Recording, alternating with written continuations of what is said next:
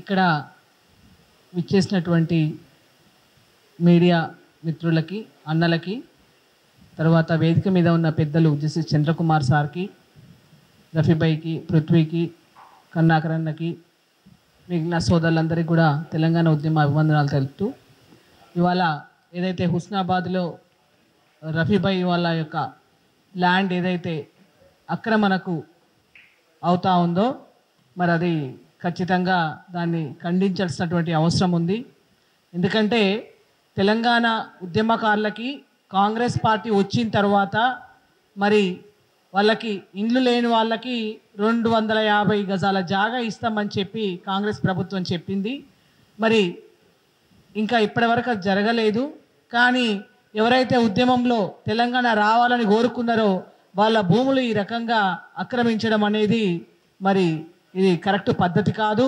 దీని వెనకాల మంత్రులున్నా, ప్రజాప్రతినిధులున్నా, ఎంత పెద్ద తలకాయలున్నా తక్షణమే విరమించుకొని ఇటువంటి పద్ధతులు మానుకోవాలి.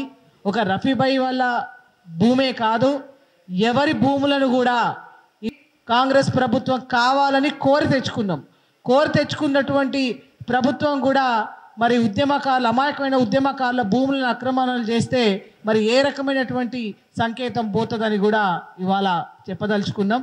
తప్పకుండా ఇది కరెక్ట్ పద్ధతి కాదు. దీని వెనకాల మరి ఏ మంత్రి ఉన్నారో, ఎవరున్నారో తప్పకుండా ఈ ఆలోచనను విరమించుకోవాలా. మీరు మంత్రి స్థానంలో ఉంటే మాత్రం ఏదైనా చేయగలుగుతాం అనేది అది మీ యొక్క రాజకీయ చరిత్రకే ఒక మచ్చలాగా మిగిలిపోతుంది. కాబట్టి ఏ మంత్రి ఉన్నా, ఏ అధికారులున్నా, ఎవరున్నా అమాయకమైన భూములను మరి ఈ రకంగా ఒక కమ్యూనల్ పేరుతోటి మేము ఆక్రమణం చేసుకుంటాము అంటే అది కరెక్ట్ పద్ధతి కాదు. మళ్ళీ అందులో 4 ఎకరాల భూమి మరి దేవాలయానికి వాళ్ళు ఇచ్చినటువంటి పరిస్థితి అని చెప్పి ఇవాళ రఫీభాయ్ చెప్తా ఉన్నారు. కాబట్టి వాళ్ళే భూమి ఇస్తే ఉన్న పక్క భూమిని కూడా ఆక్రమణ చేయాలనేటువంటి ఆలోచన ఇది ఏ దేవుడు చెప్తాడు, ఏ మతం చెప్తుంది ఇది?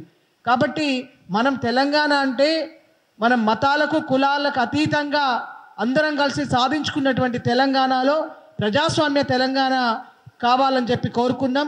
కాబట్టి ఇది రేవంత్ రెడ్డి గారు అయితే ఖచ్చితంగా ఇటువంటి విషయాలని ఆయన ఉపేక్షించారని చెప్పి నమ్ముతా ఉన్నాం.